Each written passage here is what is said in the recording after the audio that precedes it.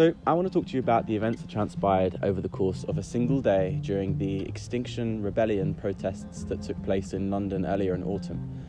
I think a lot of people have been wondering about what it was actually like to be there and why we were there, and also some of the reasons of why Extinction Rebellion is an important movement in the first place. So the day started outside the Google offices, where 100 women and children just decided to sit outside the entrance and stop anyone from coming in. Now, we were there because, despite what you may think about Google, it's recently come to light that they give significant contributions to companies that deny climate science and campaign against climate legislation. Anyway, soon afterwards, XR Youth executed their planned action outside YouTube. YouTube continue to platform climate deniers. Over 50% of their content regarding the climate crisis is about climate denial.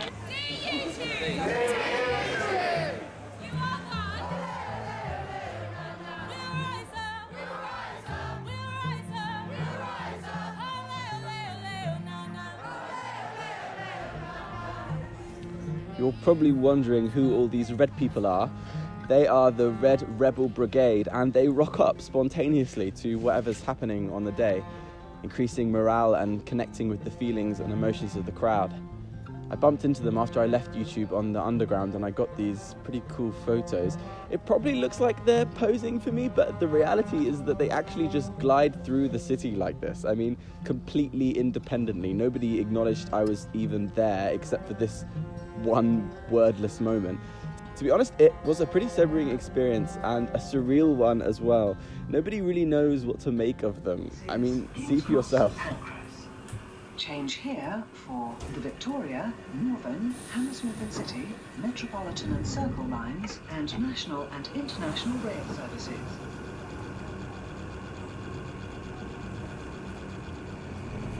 All train, This is Leicester Square. Change here for the Northern line. Please take extra care, especially if you're around the stairs or our escalators. Thank you. I don't know how they figured out where they were going. I guessed they were going to Trafalgar Square, and I was right because there was a citizens' assembly about to take place. You see, the day before, the police had clamped down hard on the protests. They'd cleared out Trafalgar Square, made a ton of arrests, and declared something called a Section 14, making it illegal to be a part of Extinction Rebellion inside the capital. You need to get yourself going or you're liable to be arrested. All I'm doing is standing in Trafalgar that's Square. too much. That's breach of Section 14. That's exactly what you're doing. There needs to be justification for clearing this square. There needs to be justification for arrests. All I've been doing is standing in the square, defending the right to peacefully protest. No problem at all. Okay, we're leaving now.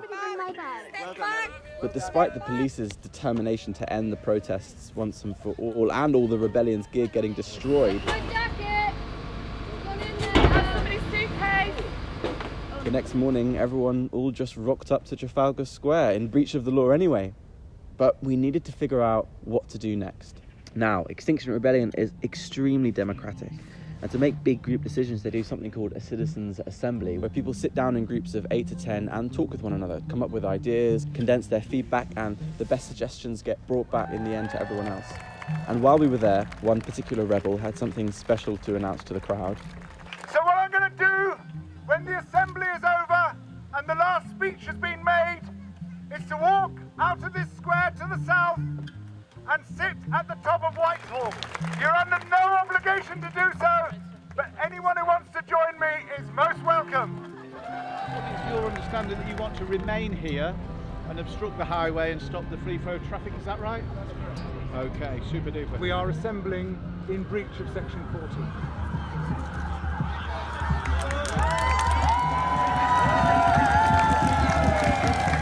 So believe it or not, these arrests actually paved the way for a larger group to take the whole street. Shall we go for a walk?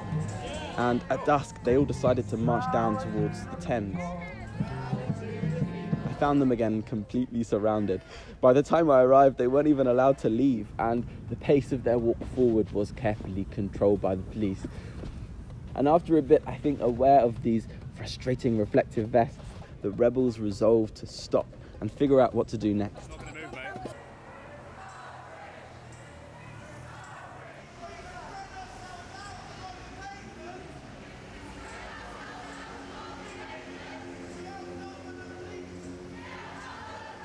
He's explaining to everyone else how they can force a bridge blockage if they want to.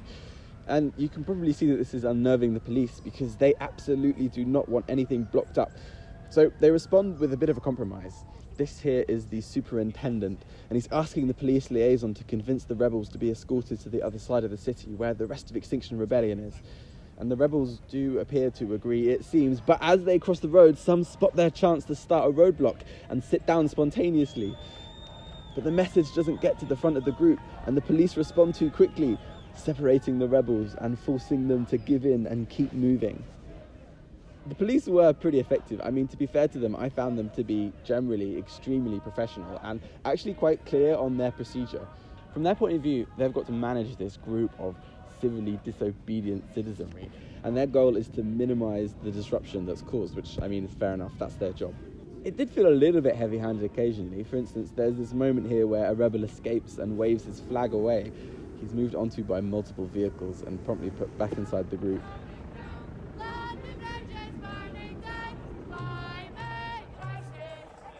In the end, we end up reaching London Bridge anyway and reuniting outside the Shard. And you can see how happy everyone is because it was a tense couple of hours and the jubilation was contagious when they arrived. I mean, people really felt like they'd achieved something and they were ecstatic to see one another. And it made me think, this is the question, isn't it? Did they actually achieve anything? Did they actually achieve anything? What do you think? Do you think they did? I think people also were feeling a little bit desperate by that point as well, because it can be quite overwhelming to see such a large amount of police around you when you're really kind of fighting for something that you think is very reasonable. And I think that throughout the whole previous days, the police had been more and more present and more forceful, and they'd really removed a lot of the protests by that point. I mean, Trafalgar Square was the last place that the rebellion had, and it had been taken the day before. And I think that what happened next, that following day, a group of rebels, I think spontaneously decided to try and block the tube. To other news now, and commuters have clashed with Extinction Rebellion protesters got on top of the trains. Commuters took things into their own hands, upset by more than a week of delays on their morning commute. You can see the anger in the faces of those people on the platform. There are many critics of this action this morning. People online suggesting that targeting the tube was an own goal for Extinction Rebellion. We're still trying to get hot. Sarah Lunnan is here from Extinction Rebellion. Why the tube? Why the cleanest way to travel across the capital? So one of the points of this particular action is to identify the fragility of the systems that we're currently working with, the fragility of our transport systems. Well, we all know that on a daily basis. If there's a power cut, we know it's fragile. We know that. You don't need to prove that to us. What you've done is you've stopped ordinary people going to work. But unless we do very disruptive actions, people do not want to talk to us. They do not want to talk about the emergencies we're facing, which is why you bumped us. We just weren't newsworthy enough.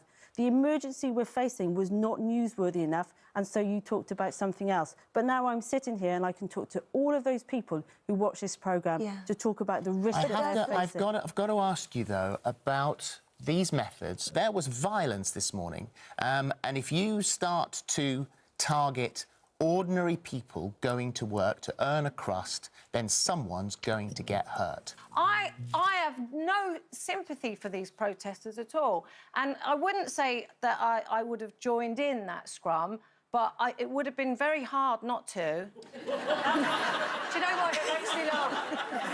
Yeah, but it can too. They haven't got a job. And it seemed universally by the public, by the media, that the rebellion was condemned, that it was considered disproportionate, that was the word that was used. And it makes you think, that's the real question. Are these rebellions proportionate? I think, let's look at the situation, shall we? I mean, at the moment, all credible carbon future simulations have us exceeding 1.5 degrees of warming above pre-industrial levels. So if 1.5 is the best we can do, should we see what that looks like? The United Nations assigned hundreds of our planet's scientists, transcending countries and continents, to review thousands of published research and to produce a report on everything we know of a 1.5 degree world. So we can say that we know of a world where there will be more frequently occurring heat waves and droughts and wildfires. Hurricanes and typhoons aren't expected to become more frequent, but will be becoming more intense and wetter. The seas will rise, meaning implications to food and water sources, coastal flooding, erosion, the loss of important ecosystems. Life in the ocean in general will really struggle. I mean, there will be 16 times the number of marine heat waves that take place, and coral reefs, the most genetically diverse places on the planet, are already more or less lost to us, as we'll have wiped out 70 to 90% of them. So, I mean, I could go on and on and on and on. I mean, I haven't even really scratched the surface. I think that it's important for people to understand that this 1.5 degree world is the best that we can hope for. This is what Extinction Rebellion is fighting for moderate damage to the global economy that we can all dream of. How wonderful would it be for us to settle comfortably at 1.5 degrees? I mean, we're at 1 degree at the moment. So I hope you can appreciate that half a degree is really worlds away. But it's really important that you understand that we're not headed towards 1.5 degrees of warming. I mean, the Paris Climate Accord is only saying that we need to get under 2 degrees. And the commitments that were agreed upon in Paris would only get you to, like, at best, just less than 3 degrees. Which would be a problem if we were even meeting those commitments in the first place, which we're not. We need some kind of drastic action at this stage. We're late in the game. We are late in the game. I mean, you hear that we have 12 years to turn it around, but it's not like we can start acting in 12 years. You know, the kinds of changes that we need to implement will take more than 12 years.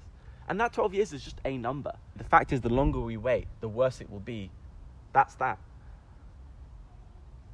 Like, we have to appreciate that these changes are needing to happen globally.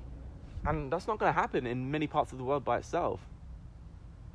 And in the United Kingdom, a country that there is no other country that has benefited more from fossil fuels than the United Kingdom. I mean, we literally invented engines. And the first thing we used them for was to mine more coal. You don't have to look back long to find almost all the carbon in the world being mined and emitted from Great Britain. Arguably, it's left us extremely well positioned to find ways to change the way we live our daily lives. And Extinction Rebellion is our best hope at enacting transformative change, this type of change that the IPCC talk about when they talk about what we need to get to that 1.5 degree mark. Transformative change, that means that change that takes place not just in terms of our economy, but in our society as well. Change that takes place rapidly and at a large scale is how they define it. And I think that, you know, non-violent acts of civil disobedience are our best shot, and that's what Extinction Rebellion is. We are acting to help really radically change the world, and this system doesn't want to be changed. The system of endless growth, it's not going to change by itself. And we have hope. You know, the people that are in Extinction Rebellion aren't these crusties. I mean, it's nonsense. These people are well educated, of all ages. They're scientists and academics and senior lecturers. They're journalists and authors and writers. They are parliamentarians. They lead political parties. These are the people who are fighting for our future. These are the people who are fighting for our world.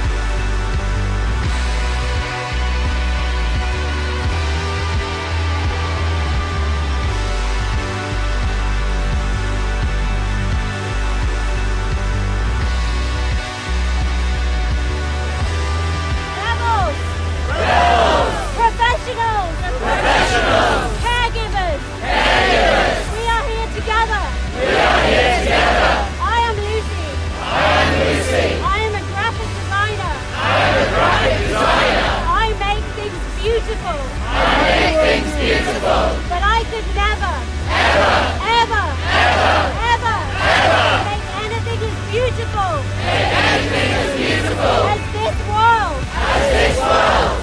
We have a chance. We have a chance to make a world. To make a world that is even more beautiful. That is even more beautiful. So let's just do it. So let's just do it. Thank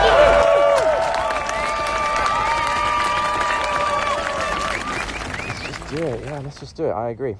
All right, those are basically the thoughts that I have about Extinction Rebellion. I'm just a random person.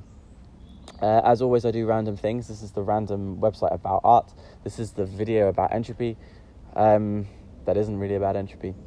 And I hope you have a wonderful day. Thank you very much. Keep the faith.